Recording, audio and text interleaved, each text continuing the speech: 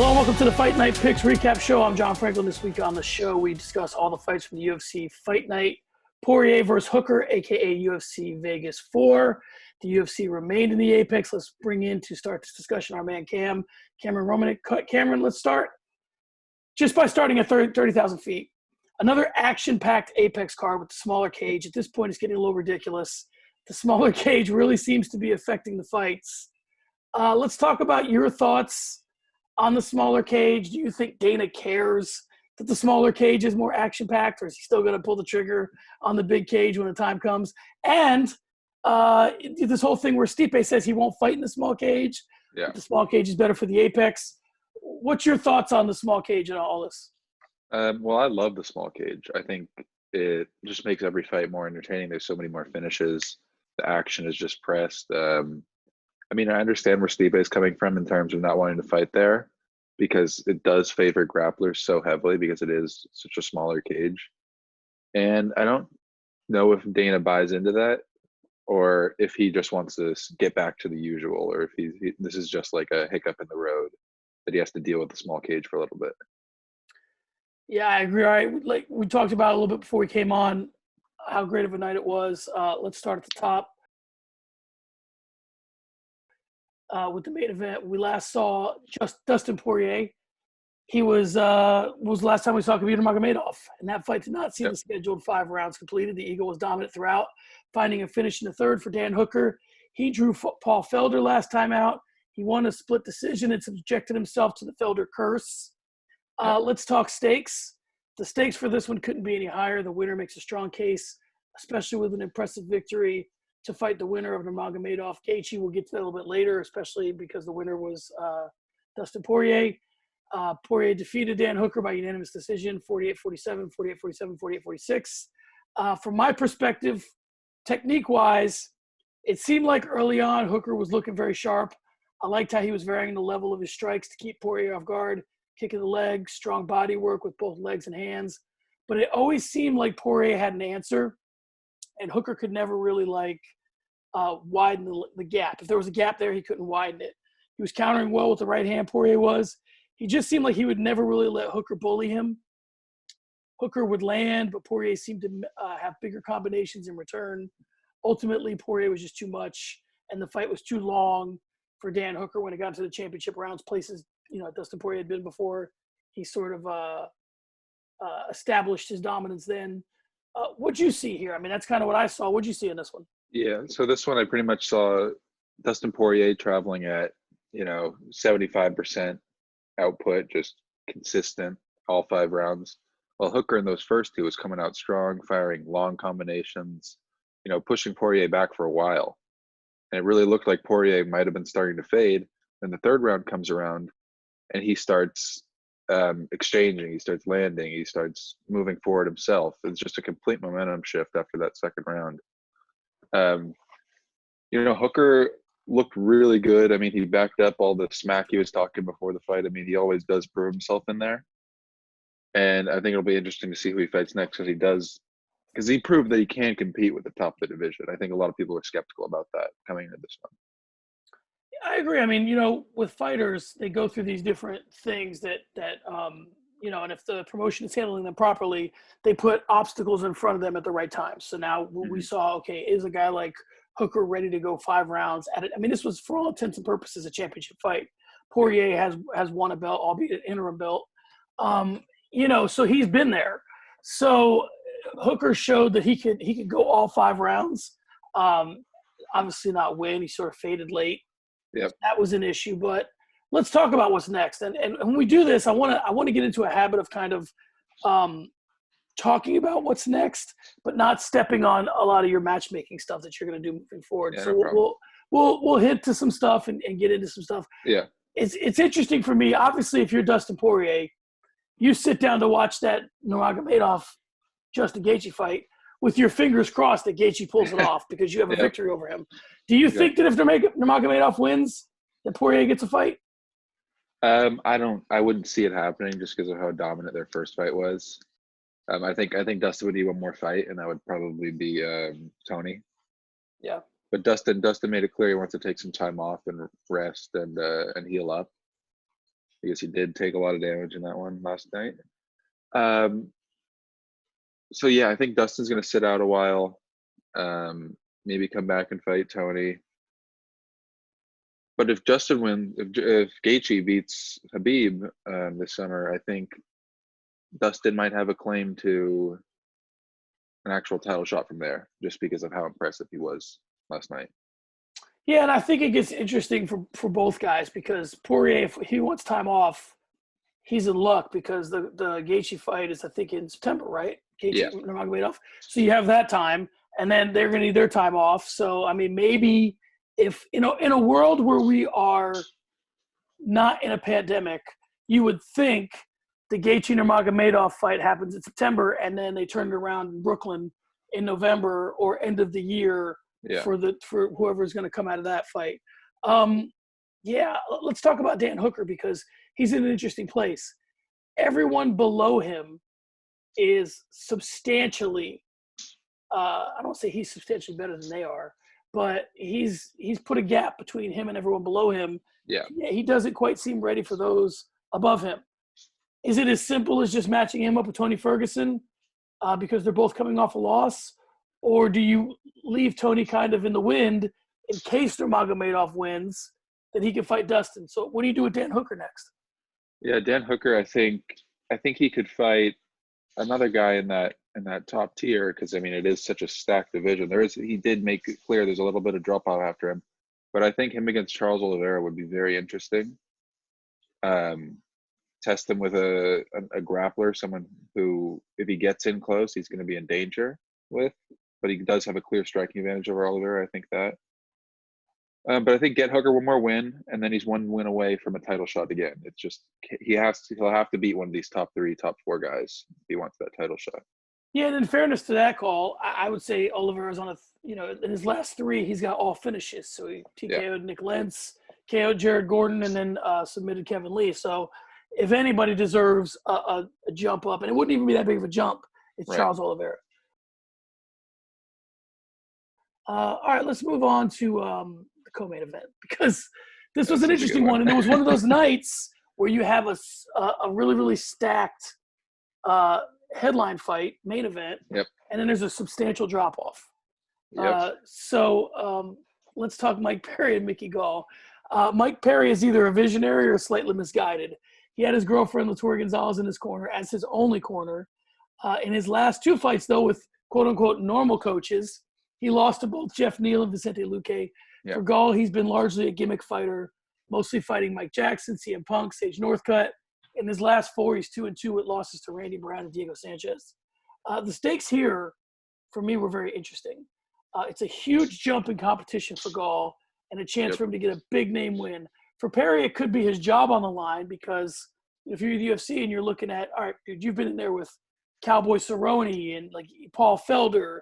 Perry's been in there with everybody, and he loses to Mickey Gall. Either we think very highly of Mickey Gall or Perry needs to go. Gall came in a huge favorite.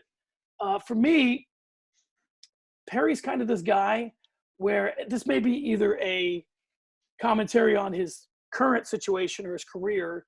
He's more will than skill. This night was no different. 100%. I don't want to completely dismiss his skill because, listen, in some of those grappling exchanges, had he not had a little bit of skill, he'd have been in real trouble. He took a win at Submission Underground over Alan Quintus, so I don't want to dismiss him as a grappler.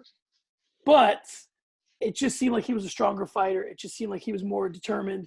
He was trying to prove a point with having his girlfriend in his corner. This was just not really going to be Mickey Gall's night. I don't think Mickey Gall threw anything at Mike Perry he'd never seen before. That's what I saw. What'd you see? Yeah, I think I saw about the same thing. I mean, it was hard to envision a way Mike Perry lost this fight, but just with what he has going on, his corner situation, anything's possible. I think Mickey Gall looked better than I expected. I thought Mike Perry would be able to get the knockout just because of the way he fights, so heavy-handed, so strong. So that was definitely surprising that it did go all 3 rounds. And I was hoping in between rounds to hear some of her corner guidance. I was hoping for some good tidbits, but she was pretty much silent the whole time. It was just a weird silent corner of just him breathing and then getting back out there. It was unlike anything I've ever seen. It was, and I want to talk to you about that because I have a theory about Mike Perry and about this corner, and he kind of touched on it in the post fight, but it was a theory I've had for a while. Mike Perry has such a busy mind, and there's so much going on in that guy's head that I don't know that a true corner actually benefits him. It certainly doesn't, because he seems to have an adversarial relationship with coaches and corners. But Mike Perry seems like a guy that's going to do what he wants to do anyway. So what's the point of you bringing him in the corner and telling him a bunch of stuff he's not going to listen to anyway? It makes more sense for him to just get some ice, talk to his girl, get his head right, and go back out there. I think Mike Perry views every fight like a street fight, and there's no corners in street fights. So what do you think about that? Do you think that he does seem like he wants to get with a legit gym? Yeah. Because he needs the partners and he needs the work. But could Mike Perry succeed with no corner moving forward? Yeah, I think that's definitely possible. I think he doesn't have like the best fight IQ, but he follows his game plan to a T. He never strays away from the way he fights. And I don't think he's going to change the way he fights for anyone. So I think, if he trains with the right people, gets in his best shape, gets sparring rounds with good people, and then gets into the fight and just doesn't have corner advice, I think that could work for him. And then you mentioned the post-fight. His post-fight interview was unbelievable, where he was complaining about taxes and how he's getting tax debt, and now he's definitely going to be audited and all this. Yeah, he's an interesting guy. I think that he's the kind of guy who is so adamant about his beliefs that you could probably get more into his brain coaching him daily than trying to put something on him in the corner anyway. So he's the kind of guy that will come to practice every day, work really hard, absorb the things you say, use them in a fight, but not necessarily say that he got it from you or whatever. He just has a real anti-coach mentality currently, and I think that doesn't do him any favors. So I think Dean Thomas reached out to him on Twitter. That'd be an interesting matchup. Yeah, he said he wanted to train with Yoel Romero and move up to middleweight so he could fight Darren Till. That would be very interesting. I'd like to see that. Let's move on to Brendan Allen and Kyle Daukaus. Brendan Allen got the win by unanimous decision, 29-28, 29-27, 30-27. All right, Cam, let's talk about this one. I liked the grappling, and it was a good fight. It just didn't move me. I don't know if it was who the guys were. This would have been a great regional fight main event. Yeah. I couldn't have cared less about it, and I say that with all due respect to both guys. Talk me into what I missed about this fight. Is it just I was dismissive, or do you think was there more here? Yeah, this one was basically, as you said, like an LFA championship fight. Allen's an interesting prospect. He's a super powerful, great grappler, but his main flaw is that he's basically a walking punching bag, and you kind of saw that, where Daukaus was able to light him up on the feet for a good bit. It's two interesting prospects, both very high finish rate. I don't know how much potential either of them have, but I think Daukaus was the one who impressed in this fight. Despite getting the loss, I think he came in as a much bigger underdog, and not a lot of people had faith in him going into this. And he really proved himself. He hung in there, and despite getting brutally cut open over his eyebrow. So yeah, I'm definitely impressed with Daukaus. I'm excited to see what he can do in the UFC. And as for Allen, he called out Ian Heinisch after this one, and I'm not sure that's the right fight he wants to be taking, just based on that performance last night. Do you think that fight makes any sense for Heinisch? No, I don't think so. Heinisch is a ranked fighter. He should be going up after getting such a good knockout win over Mearshart last time out. I want to talk to you about that because, there's a couple of schools of thought when it comes to calling out fighters. One, you call out the biggest name. Two, you call out guys that you have beef with. But also, you got to understand, I think, when you're making a call out, what are the odds this guy says yes? And what do I gain? I talked with Kate on Recency Bias about how Chael Sonnen says, once the fight ends, everything after that is setting up your next fight. And anything you do about the last fight is helping someone else. For example, if the fight's done and you're doing an interview with Joe Rogan and he asks you about the fight you just did, you're helping Joe Rogan out in the UFC by breaking down the fight you just did. If you talk to guys like us in an interview and you talk about your last fight, you're helping us out because you've already done that. To help yourself out, you move on to the next guy. And I think that calling out Heinisch has nothing to gain by taking that fight. Brendan Allen knows that. You and I know that. Heinisch knows that. It's an odd call out. To not couple it with some other thing that would bring Heinisch to the cage, like something outside or some beef they might have. There's a way to get that fight. I don't know if that's the way to do it. I think there is a little bit of heat just because last time Heinisch fought, he knocked out Gerald Mearshart, training partner of Brendan Allen. So there's kind of a little Brendan Allen wants to avenge his friend kind of thing. But I'm not sure. I feel like these guys have a history on a regional scene. I think Allen's been calling him out for some time when he was in LFA, and Heinisch got signed to LFA. So I think there's a little bit of heat there. But if I'm Heinisch, I'd look for a different opponent. Right. I don't think it's high risk, low reward kind of fight.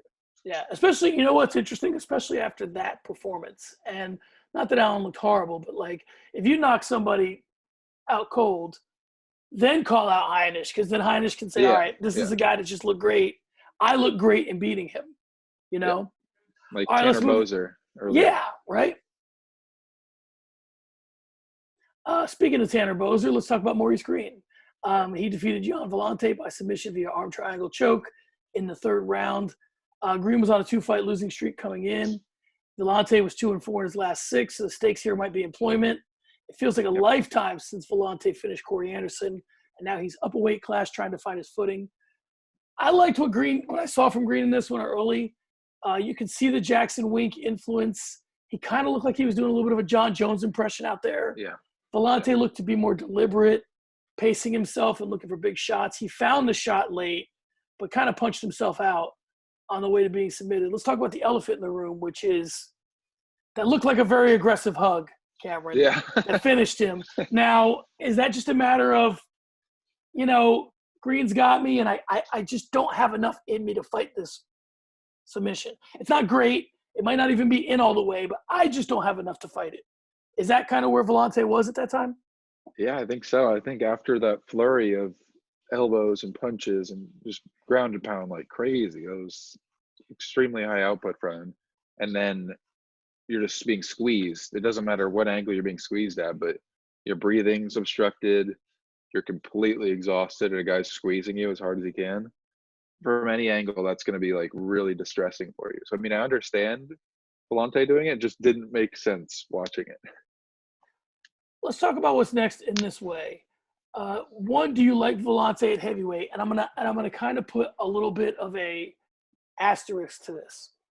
If Villante could have gone from middleweight or more recently light heavyweight up to heavyweight, looking like the Villante that fought at 205, meaning if he can make himself a heavyweight, and this is a big ask, but if he can make himself a heavyweight by putting on more muscle and just building bulk, instead of coming in there looking, you know, with a dad bod, do you like him at heavyweight based on how he's fought in the past and the division? Do you think he's got the power for it? Do you think he has the speed for it? Or do you think that he's just a 205-pounder who can no longer hang at 205 pounds and should probably leave the promotion? Yeah, I think he might have to leave the promotion. He just did not look like a heavyweight, you know? His arms are really short compared to Maurice Greene's. And he was, fat. I mean, he just looked fat. And if he goes back down to 205, I don't know if he can compete or who he would compete against or anything like that. And if he stays at heavyweight, I don't really give him much of a chance against any of those other fighters in the division. He's at a point, I think, where he's too much of a name, and he's not a huge name, but he's too much of a name to struggle. Like if he was just a heavyweight that came from PFL, if he was like, you know, Philipe Lins if he was Philipe Lins, they just came in, won it, you know, he won in the PFL, but nobody really knows him. He can look however he wants. But we've seen this guy in an octagon looking a certain type of way, and we have an expectation of him. So when he comes in looking differently, whether it's fair or unfair, we ourselves think of him in a certain type of way. So maybe he needs to go away to come back. I think that he makes a lot of sense for the PFL.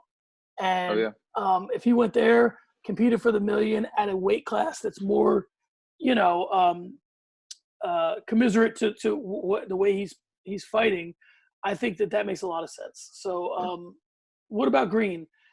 People used to say that when you want to fix all that ails you, a place like Jackson Wink is the place to go. And I don't know if that's really the case anymore. It isn't like you go to Jackson Wink and you're destined for greatness. What do you think the effect Jackson Wink's having on Greene? And what do you see as his trajectory?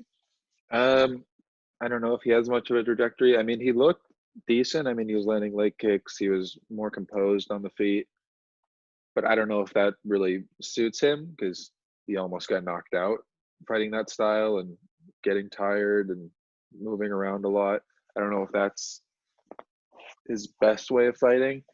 And I don't know if he has much of a potential or trajectory. He hasn't been all that impressive in his UFC run. So, I mean, I expect him to just middle around in the lower half of the division's rankings. They brought him out there. He stayed with, I think, Mike Winklejohn. For me, it's one of those things where it's like if John Jones is going to make a run at heavyweight, it's nice to have Maurice Greene in camp.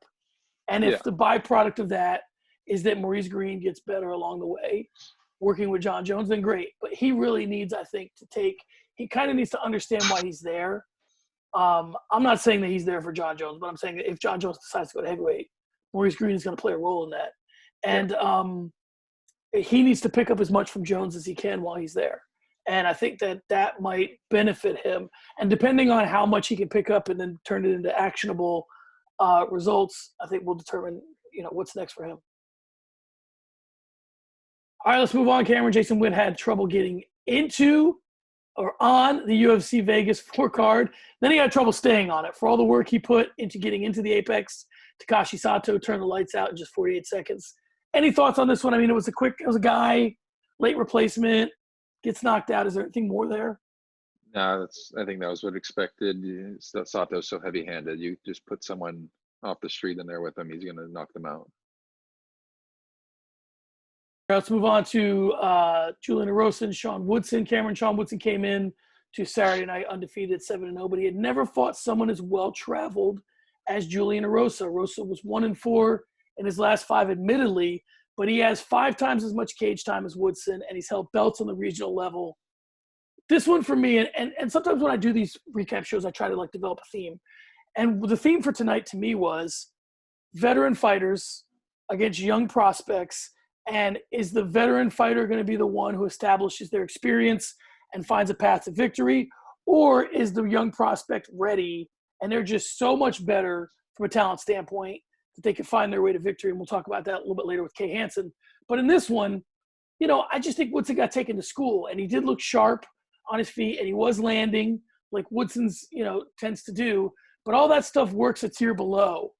And when you take all that away and you meet a guy that can eat all your punches, and here's a guy who's, paid his bills as a fighter for years. Erosa just ate everything, continued to press forward, got him tired, dragged him to the floor, and finished him. Do you think it was – what do you think it was? Do you think it was just that Erosa just was eating his shots and Woodson had never seen someone eat his shots in that way? Yeah, I think so. I think Woodson does usually fight at 145, and this one was a catch weight at 150 against the Erosa's usual lightweight. So I think that kind of might have played a role into how many shots Erosa did end up eating, because Woodson was landing. He just didn't have power behind the shots. They were snapping Erosa's head back, but you could just tell he wasn't sitting down on them, and he wasn't, committing to going for a knockout. He was just kind of tagging, moving around, waving his hands around, just throwing punches. And Erosa was just consistent pressure all over him, and eventually he was able to get that finish. Do you think that one of my main – I thought when I saw Woodson being a boxer, and I used to be a huge boxing fan 100 years ago. I'm getting more into it now. Yeah. Again, the one thing that I always miss, and some guys do it and most guys don't, in MMA is guys struggle with taking their head off that center line. And I felt like for a boxer, maybe I would have expected Woodson to cut a little bit better angles. I thought that he should, a lot of times, and this is MMA in general, and you can speak to this as well. A lot of times guys get the boxing offense down but not the boxing defense. And sometimes not getting hit is just as important as hitting someone else. Yeah. And, keeping their percentages low and making them miss and getting them frustrated is just as important. I would argue that's as much a part of what made Dominic Cruz successful as his ability to land and strike and wrestle and all that, is that he was just a hard guy to hit. Is that what Woodson should take from this? What should he take from this? That he's not going to be able to piece guys up? I think I think that, or he might need to rethink what weight class he's fighting at. He might need to pack on more muscle and get more powerful, get stronger, and move up a weight class. Because if he can't put people out at his size, he's likely going to get taken down, and people are going to keep walking through his punches and eventually break him, because you can't keep dancing around for the whole 15 minutes, as you could see in his fight last night. But Woodson also needs to maybe work on some defense a little more. I mean, it might have been a bit of it reminded me actually of like the Shane Burgos, Josh Emmett, where Burgos is boxing and just looking really good, but Emmett would come back with a powerful shot. He would eat it, just step through, powerful shot. And that's kind of how Erosa fought. Erosa was constant pressure, constant volume, just all over Woodson. No matter what he did, no matter how many times he landed, Erosa didn't fade, Erosa didn't move. One thing we didn't talk about earlier, which I'll touch on real quick, is the Emmett Burgos fight was kind of similar to the Hooker Poirier fight in that, early on, you had this slick guy that was landing his shots, but they just could not. And again, that makes the case. I bring it up because that makes the case for that defensive boxing. And, it's the shots that Emmett and also Poirier were returning with that started to take a little bit of sting off what Burgos and Hooker were doing. So same thing here with Woodson. He needs to figure out a path to either becoming a better grappler and being able to, to nullify some of the counterpunching in that way, or be a better defensive boxer. All right, let's move on to Khama Worthy defeating Luis Pena by submission via guillotine choke. Here's my thing with Luis Pena, and it's weird that he lost via guillotine choke for this reason. I feel like he's a really, really high-level grappler. Like when I watch him on the mat, but here's my question for you. Is he a high-level grappler who for some reason self-identifies himself as a striker? Because he seems more interested in striking than grappling, but he seems like a better grappler. Is that a fair assessment? And what just overall would you see in this fight? Yeah, I agree. He looked really good on the ground right up until he got submitted. Like he was just passing guard, getting wherever he wanted on Worthy on the ground, just because of how smooth and how good of a grappler he is. And I think he just wasted too much time trying to strike with him. I think if he went into the clinch, went for some takedowns, tried to get it back to the mat, he would have had a lot better time in this fight. And he ended up he just got hit too many times, dove in for a takedown, got caught in a guillotine. Pretty standard stuff. He's just reckless. And I think that's kind of how he fights now, is reckless. It's hard for him to game plan because he doesn't have the best takedowns, and his striking is just like a little bit behind some of the other guys in the division, like a veteran like Worthy. Yeah, I think that he has so many. It was weird because I remember when he was on the Ultimate Fighter, he was like a guy that like got injured and so much was being expected of him. He has the cool nickname. People like him. He's like a social media guy. He just has a lot going on. And I feel like if he just went to a camp and got focused with that camp and really put, 1 year and a half, two and a half years into just that camp, as opposed to sort of feeling like I have all these options, like DC wanted him to come train with them. Yeah. So he does that. I think that he just needs to figure out, yeah, people like me. Yes, I have opportunities, but what's really best for me? Go there, get focused, and go from there. And I think he really needs to understand I'm all for making yourself a well-rounded fighter, but he's such a great grappler that it's like he really needs, I think, to lean in that direction, because there was a path to victory in this one, I think. And I think that he just kind of let Worthy back into the fight a couple of times and then ultimately got submitted. All right, let's move on to Tanner Boser and Philipe Lins. Boser defeated Lins via KO right out the gate. 241 of the first round. Um, listen, I had a lot to say, but I had a lot of fun with this fight because I can be a goofball, and social media was there, so I was calling Tanner Boser, Keto Roy Nelson, and Philipe Lins was the $1 Million Man. I was all over the map on, so I couldn't be contained, Cameron. But so, do we take anything from this fight other than Boser was smart to call out Maurice Greene? You probably make that fight. Is Maurice Greene the fight for Tanner Boser, or did he waste a good night calling out? I mean, we talked earlier about the poor call out by Brendan Allen. Yeah. This one's on the money, right? Yeah. I think it was a great call out. I think it was just about perfect. I think Boser looks really good. He's just had some tough matchups. That's why he lost the decision to Gian, who is legit. So I think Boser knows kind of where he stands in the division. So he's calling out someone on that lower level, kind of that has some heat. He said Greene was kind of talking to him before the fight, like poolside at the hotel. So I think building up a little heat, trying to get some people interested in your matchup is pretty smart for a low level heavyweight fight. Yeah, you know what was interesting? I liked what Greene said, and maybe I'm misquoting it, but I'm pretty sure he said that I was a top 15 fighter or near it. Why would I mess around with Tanner Boser? Which I agree with. Mm-hmm. Here's where we talked about earlier. What Tanner Boser got correct, that Brendan Allen got incorrect, and it's not Brendan Allen's fault. He didn't have the opportunity before him. Yeah. Was Tanner Boser said, I'm going to call this guy out when I just knock some dude's face off. And it's going to be hard for him to say no because I look so impressive. This is his way to steal. Because if you're Maurice Greene, you looked okay, but you kind of got out of there with a victory. I mean, there was a path towards you losing. So now what you do is if you take the Boser fight, or at least accept it, in verbally agree to fight him, it looks like here's this guy that looked great at the beginning of the night. I'll take the fight, fine. Now everybody forgets about your performance. They've already moved on to the Boser thing. Mm-hmm. And it's a win-win for you. It's a win-win for both guys. Who would you like in that fight? I think I'd favor Boser. He has the gas tank. He moves really well. He's really fast for a heavyweight. And he's got kicks and obviously really good hands after showing what he did to Lins. Because Lins hung in there with Arlovsky. I mean, he had showed off some good boxing versus Arlovsky, and then versus Boser, he just didn't have anything for Boser. Boser's just too fast, too mobile, and hard to hit really at heavyweight. All right, let's talk about Kay Hansen. She defeated Jinh Frey by submission via armbar round 3.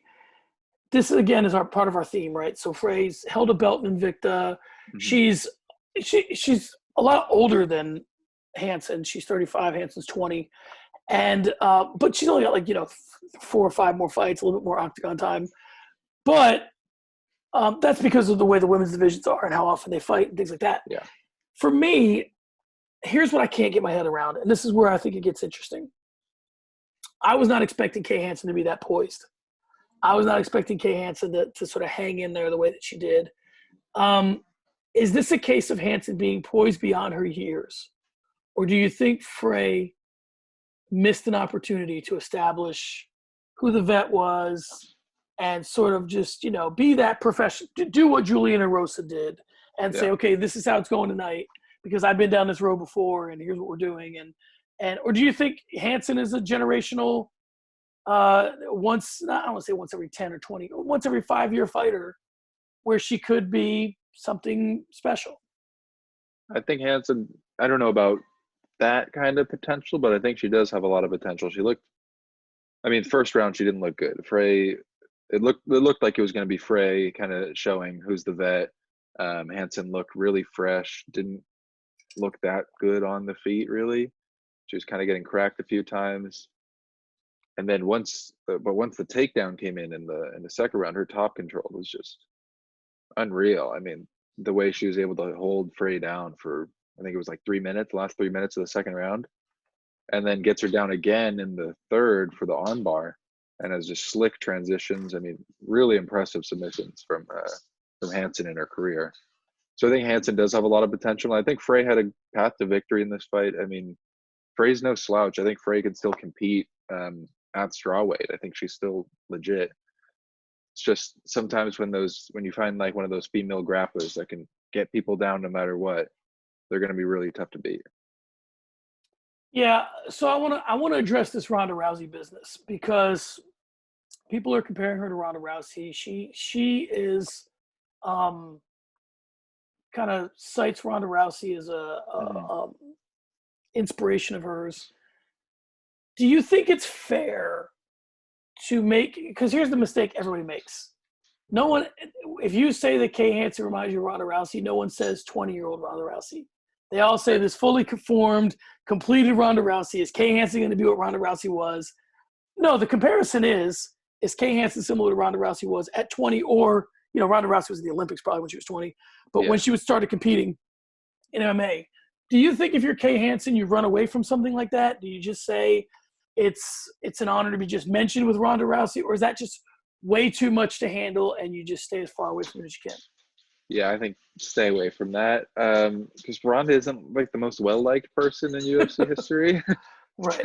So I don't know if you want to be that associated with her. I mean, Ronda was just such a powerful force of nature.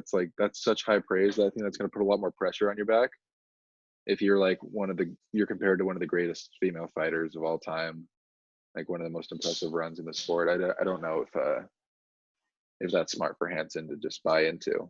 Yeah, and I think it depends also how you're built. I don't know that Hansen is built like they compare Kayla Harrison to Ronda Rousey because they both had judo belts, but Kayla Harrison is open to taking that even from the beginning.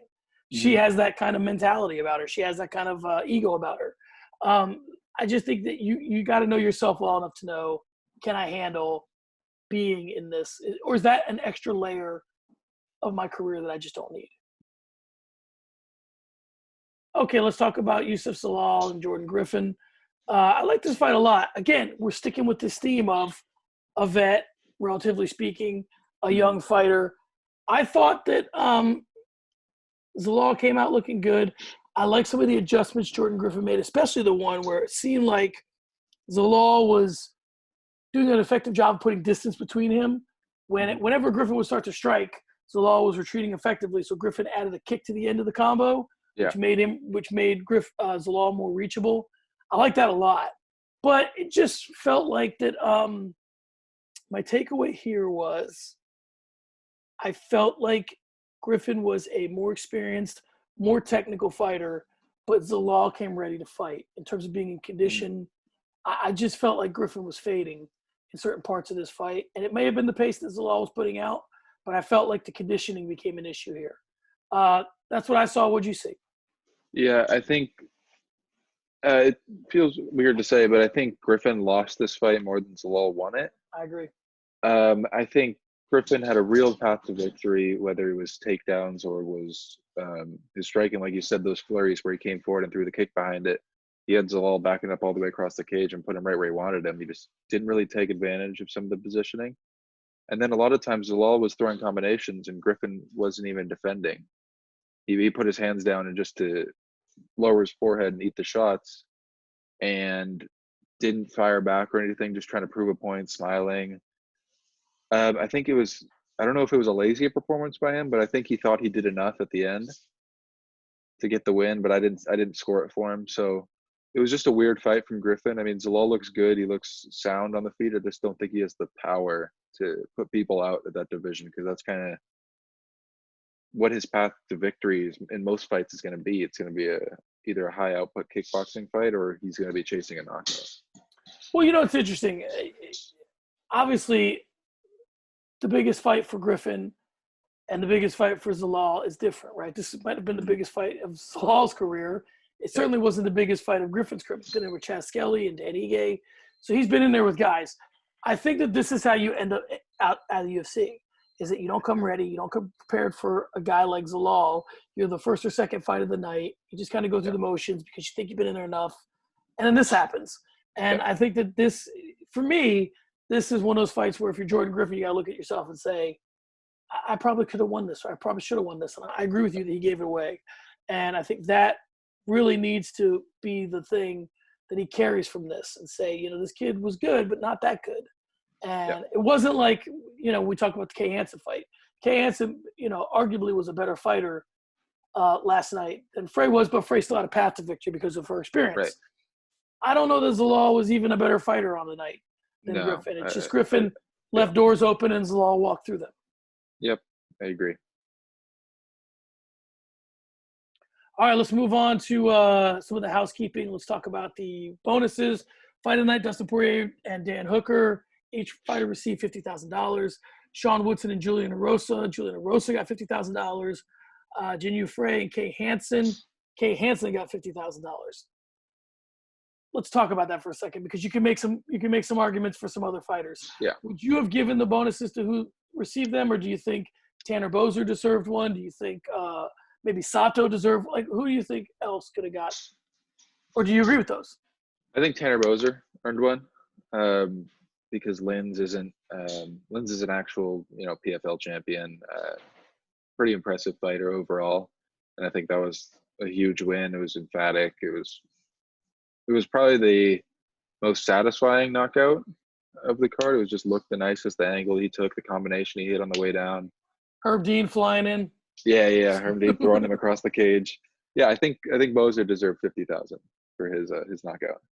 I mentioned this on recency bias, but it's funny. Did you catch that line that Bisping had when I think it was Boser hit Linz with a couple of late shots? Not late, but like he was clearly out. And Bisping goes, "That looks like Dan Henderson at UFC 100." And I was like, this guy's like self-trolling himself, a little self-ownage there. That was a good line. I was impressed. Bisping's one of these guys, man, that kind of Bisping's funny for sure. Yeah, and he's changed over the years. He's made himself more likable. If you would have told me that he was going to be a commentator early in his career, I'd be like, dude, who's going to want to listen to this guy? Yeah. But he's changed. He's kind of leaned into being a dad and chilled out a little bit. All right, let's kind of end it on this. Who do you think the star of the night was? Dustin Poirier. I think just that fight is just fight of the year contender. Poirier just looked so good. I mean, it was just like vintage Poirier performance, really. Let me push that forward a little bit. Do you think if Poirier fought Conor McGregor again, because there's a world in which that happens, how different do you think it would be? Because I think Dustin Poirier is a completely different fighter. Oh yeah. Than the guy that fought Conor McGregor, and I think the circumstances are different. I think that was a big spot for Poirier. I think that he bought into a little bit of the Conor trash talk, and I think this was still at a time in Conor's career when people thought he was all talk. So Poirier might have slept on him a little bit. How interested in that fight are you? Oh, I'd be over the moon for that one. I mean, their last time they met was 145, so Dustin was cutting off more weight. He wasn't nearly as powerful. His defense is just so strong now. That someone like Conor, who isn't gonna throw long combinations like Hooker. I think someone like Conor is gonna try and stand in the pocket and exchange 1-2s with Poirier. I think that would be super interesting. I think Poirier is an elite boxer, and obviously Conor's as elite as it gets. So I think that is one of the best fights that you could possibly book for Poirier. Probably the best fight you could book for Poirier. You think Poirier is a big enough name now, or does Conor even need a big name? I mean, Poirier is a big enough name for him to fight Conor, and it'd still be a huge fight, right? Yeah, I think so. Who's the fighter you're most excited to see next? I think maybe Kay. I mean, I'm excited for Kay Hansen. I want to see how she handles UFC caliber fighters or UFC talent. And maybe Tanner Boser. I think Tanner Boser has potential at division. I like him a lot. It gets interesting. He's got the mullet, and he's one of those guys. It's funny. I called him Keto Roy Nelson, but I do think that he's one of those guys like Roy Nelson who maybe has a little bit more than meets the eye. And there's maybe this kid. Listen, I'm not wrapping belts around his waist or anything, but I think that he is. He has the potential to maybe be a top 15 fighter. I mean, it might be there for him to go on, because him beating, to me at least, Maurice Greene's not out of question. You know what I mean? Yeah, no. So if Maurice Greene can get that high in the division, then so can Tanner Boser. Yeah, I'd be very interested to see what's next for Tanner Boser. I'm with you. I think Hansen, Tanner Boser are probably the two we leave this fight with. All right, what do you got? Last words. What do you think about this fight as a whole, or this card as a whole? We're leaving the Apex. We're heading to Fight Island. How you feeling? Yeah, I mean, I love the Apex. The Apex cards were phenomenal for the most part. I mean, it was, I think, primarily finishes. I think the majority of the fights were stoppages. It was super entertaining. A couple lopsided main events here and there, but we ended it out with a fight of the year contender. So yeah, I mean, I'm excited for Fight Island just because of how stacked those cards are and how unbelievable a lot of those title fights are going to be. But I'm a little sad to leave the Apex. I mean, I'm going to miss the small cage. I agree. Here's what my concern is, and talk me out of this if you think I'm crazy. I don't know if Fight Island is going to be the best conditions for fighting. I'm not crazy about this fighting outside stuff. It's still July in the UAE or the out there in the Middle East. I'm not crazy about it, and I think that it could be interesting because whenever you have unpredictable conditions or people fighting out of their norms, we can see titles changing hands. That'd be interesting. But am I off on that? Do you think that it could cause a problem? No, I agree. It's going to be like 115 degrees in Yas Island. These fighters are going to be melting. Weight cuts are going to be brutal. I mean, it is just not good conditions at all for fighters. It's going to be weird. It's interesting. I was in the military and I went on a TDY to Saudi Arabia. I live in Arizona. So here's what I know about heat and that type of heat. Yeah.